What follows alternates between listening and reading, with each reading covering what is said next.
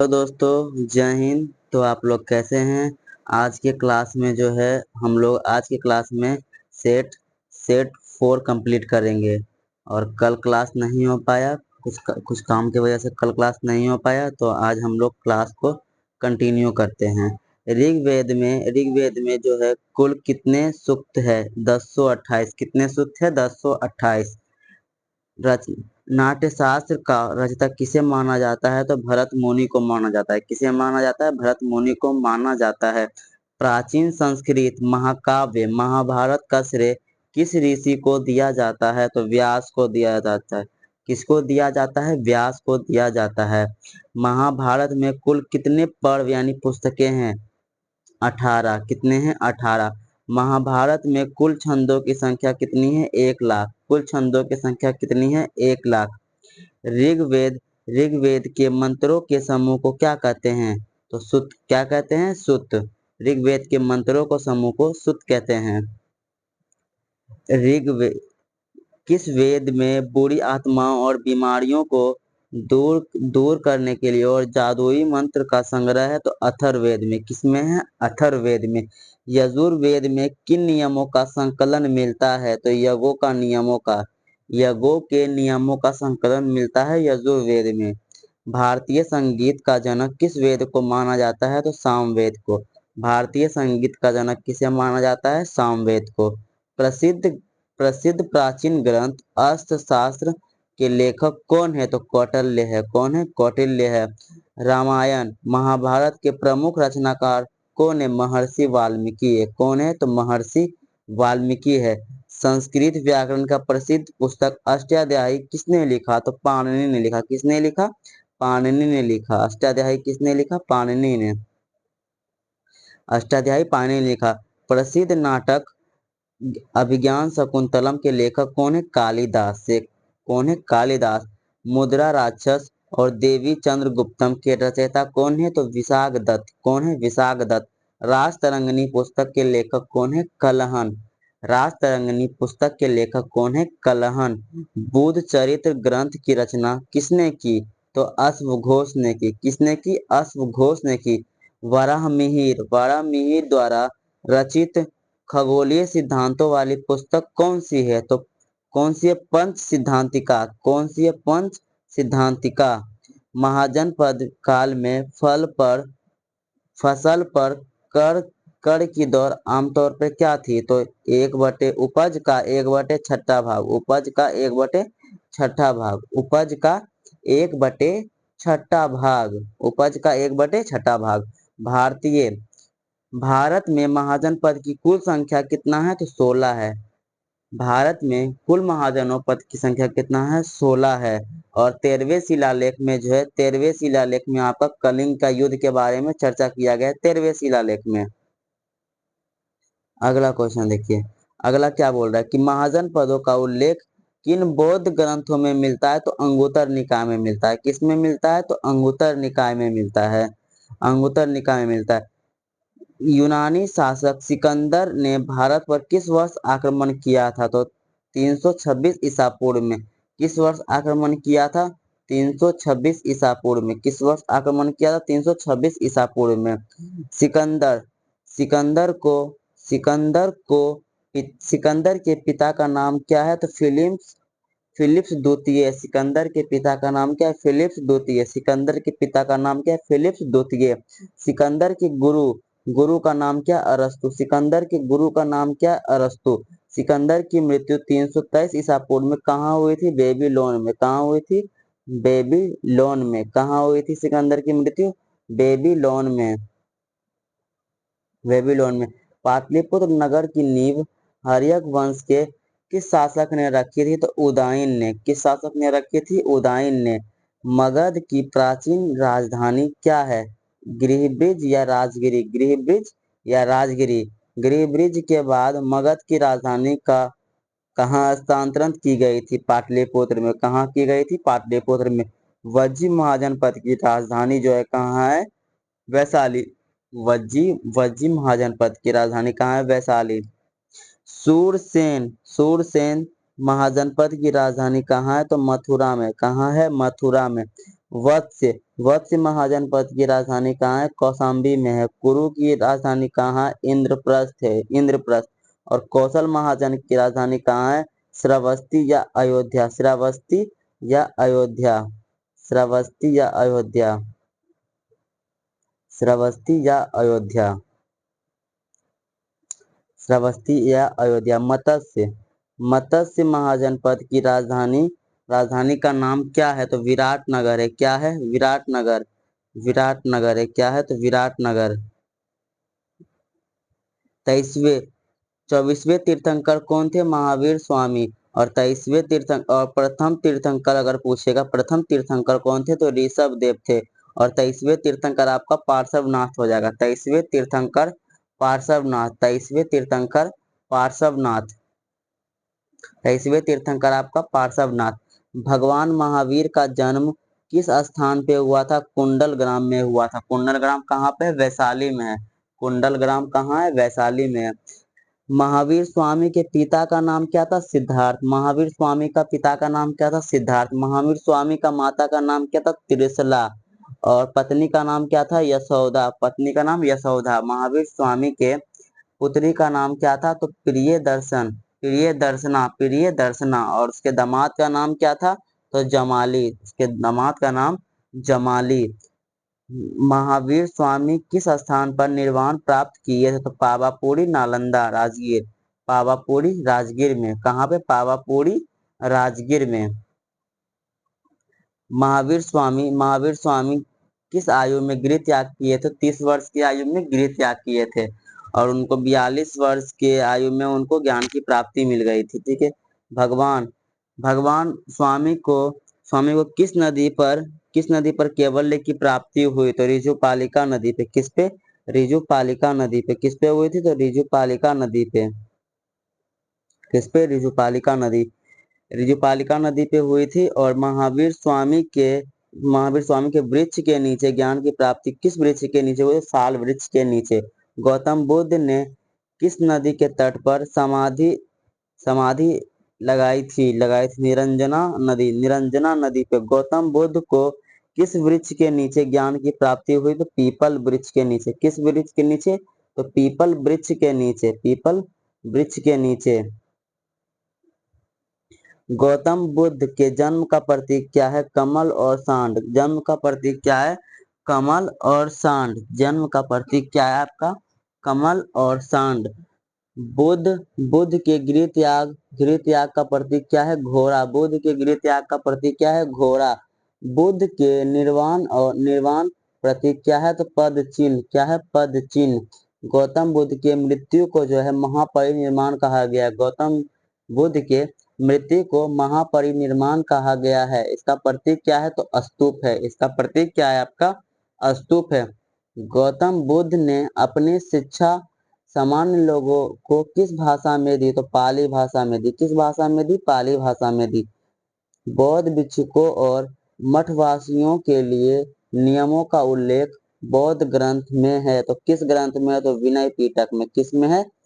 तो विनय पिटक में। बौद्ध धर्म के सिद्धांतों का उल्लेख किस पिटक में मिलता है? तो सुत्त पिटक में। किस में मिलता है? तो आपका सुत्त पिटक में मिलता है। सुत्त पिटक में। किसमें मिलता है? सुत्त पिटक में।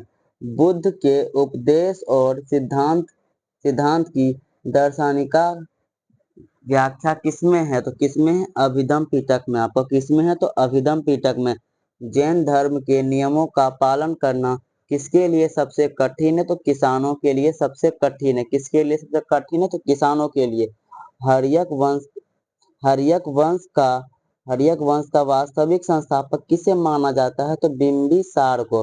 हर्यक वंश का वास्तविक संस्थापक किसे माना जाता है? बिंबिसार को। बिंबिसार की हत्या उसके पुत्र ने किया था। तो किसने किया था? अजात शत्रु ने किया था। किसने? अजात शत्रु ने किया। अजात शत्रु का उपनाम क्या है? कुनिक। अजात शत्रु को कुनिक नाम से भी जाना जाता है। जैन साहित्य बिंबिसार को क्या कहा जाता है? तो श्रेणिक कहा जाता है। क्या कहा जाता है? श्रेणिक। हर्यक वंश का अंतिम शासक कौन है? तो नागदशक। कौन है? नागदशक। जैन धर्म के दो संप्रदाय कौन कौन थे? श्वेतांबर और दिगंबर, श्वेतांबर और दिगंबर, श्वेतांबर और दिगंबर कौन कौन थे? श्वेतांबर और दिगंबर, श्वेतांबर और दिगंबर।